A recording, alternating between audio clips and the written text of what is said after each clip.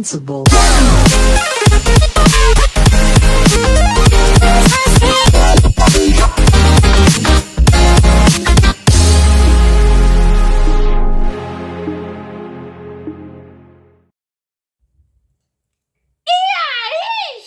Aqui é a Manu e sejam bem-vindos a mais um capítulo de...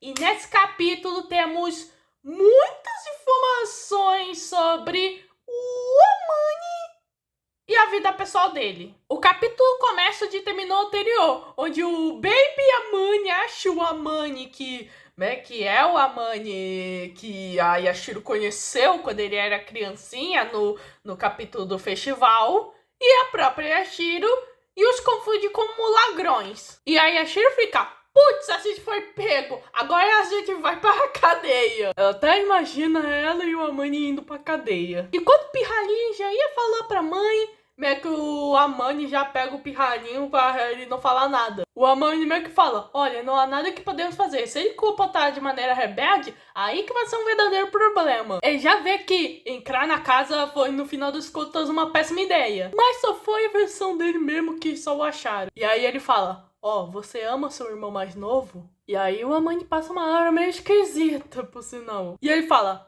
escuta aqui, eu não sou ladrão, sou assassino. E vim matar seu irmão. Vou matar no momento que você tirar os olhos e aí você nunca mais vai ver seu irmão, entendeu? E o Amanizinho vai balançando a cabeça rapidinho. E ele já deixa o Amani ir e o bebê Amanizinho vai chorando. Só para ficar junto de casa. Isso é um escreve prenoso pro futuro do nosso Amani. E de maneira irônica, já que...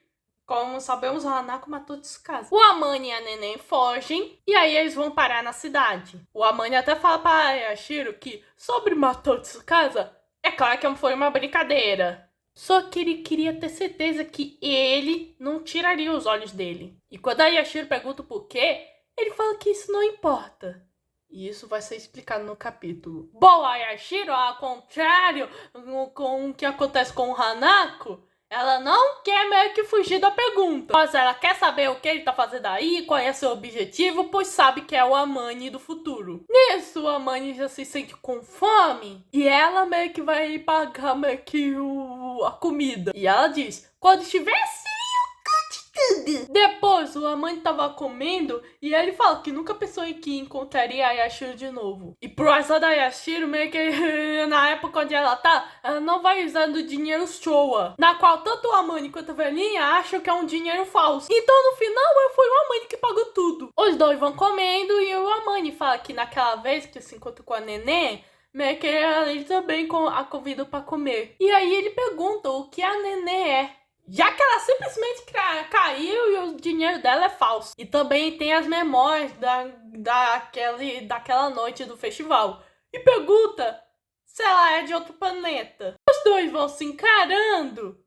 E aí a Shiro meio que já entra em um conflito. Pois se ela mentir e dizer... eu sou mesmo um alienígena, provavelmente o Amani não vai confiar nela. No entanto, se ela contar a verdade, a situação vai ficar cada vez mais complicada. No final, ela escolhe dizer a verdade, dizendo que ela veio do futuro para salvar o Amani. O Amani pergunta o que quer dizer e ela fala que no futuro ele vai virar um delinquente. E ela vai seguir ter que impedi-lo urgentemente. E embora ela nem conta em detalhes o que é, já que ela diz que os detalhes são secretos, quando sabemos do que aconteceu nos últimos capítulos, que foi traumático e pesadelo, o Amani já fica preocupado. E ainda bem que a Yashiro não contou nada sobre o Sensei Amani, porque seria um negócio meio traumático mesmo. E é aí que a Yashiro meio que pergunta ao Amani do porquê que ele tá aqui nessa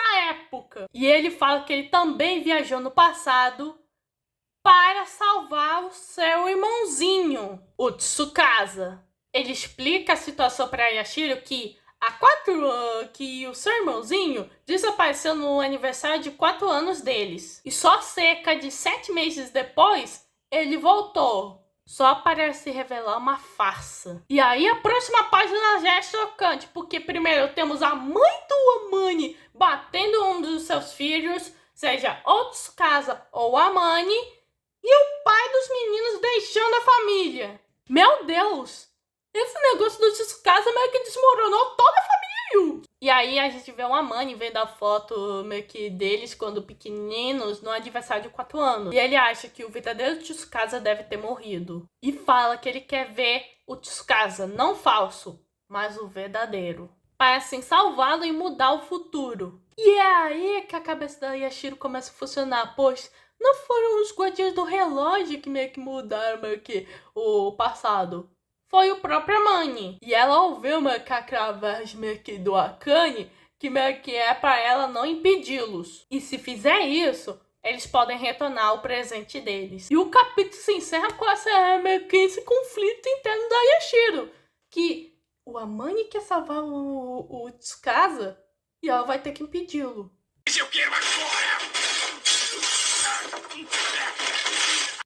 Minha gente, esse capítulo foi uma bomba. Tivemos mais interações da Yashiro e do Amani, mas principalmente essa situação do próprio Amani aí, que veio meio que do futuro dele, meio que só pra impedir que o Tsukasa desapareça. E aí que vamos pra teoria. Teoria é a seguinte: obviamente, basicamente, Yashiro e Amani estão de lados opostos. E eu tô muito interessada em ver como vai ser a Yashiro em oposição contra o Amani. Porque seria um embate muito interessante entre os sentimentos dela contra o terceiro dos seus amigos. Mas é só isso que eu tenho a comentar. Bom, esse foi o capítulo 129 de Haneke-kun. Se inscreva no canal, ative o sininho, compartilhe com o mundo. Tô busy. Fui!